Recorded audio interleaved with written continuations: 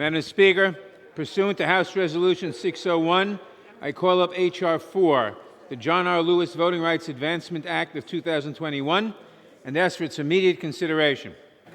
The clerk will report the title of the bill. H.R. 4, a bill to amend the Voting Rights Act of 1965 to revise the criteria for determining which states and political subdivisions are subject to Section 4 of the Act and for other purposes. Pursuant to House Resolution 601, the amendment printed in House Report 117-117 is adopted, and the bill as amended is considered read. Speaker, I ask unanimous consent that all members may have 5 legislative days. The gentleman will suspend. Bill as amended shall be debatable for 1 hour, equally divided and controlled by the chair and the ranking minority member of the Committee on the Judiciary or their respective designees. The gentleman from New York, Mr. Nadler, and the gentleman from Ohio, Mr. Jordan, each will control 30 minutes. The chair recognizes the gentleman from New York, Mr. Nadler.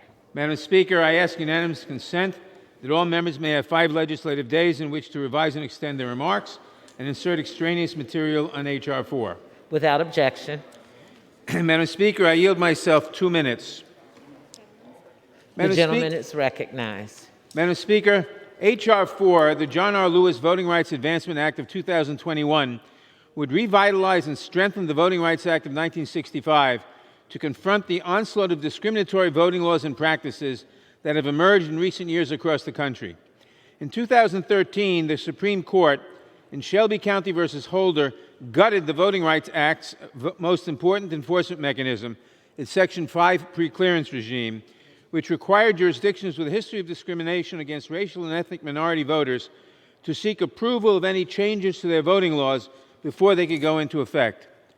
Almost immediately after the decision, many of these jurisdictions unleashed a raft of voter suppression measures, knowing that these laws now could only be challenged after the fact, and only through a costly and time-consuming process that made such challenges unlikely, and when people's votes had already been improperly invalidated. When the court struck down the coverage formula that determined which jurisdictions were subject to preclearance, it explicitly invited Congress to devise a new formula to meet the current need to remedy voting discrimination. H.R. 4 answers that call. This legislation would create a new geographic coverage formula that is fine-tuned to capture only those places with long-standing and persistent discrimination. At the same time, it targets only recent discrimination and does not leave jurisdictions frozen in time. The bill also requires preclearance of certain practices that are historically associated with voting discrimination. It responds to the recent Supreme Court decision in Brnovich versus DNC, which severely limited enforcement of Section 2 of the Voting Rights Act, and it provides other important tools to strengthen enforcement of the VRA. H.R. 4 rests on a substantial record that documents the myriad ways that the right to vote, the most fundamental right in a democracy, remains under threat for too many Americans.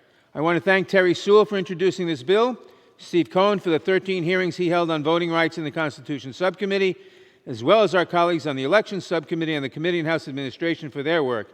And I urge all members to join me in honoring the legacy of our beloved colleague, the late John Lewis, who shed his blood to secure passage of the Voting Rights Act by supporting this vital legislation.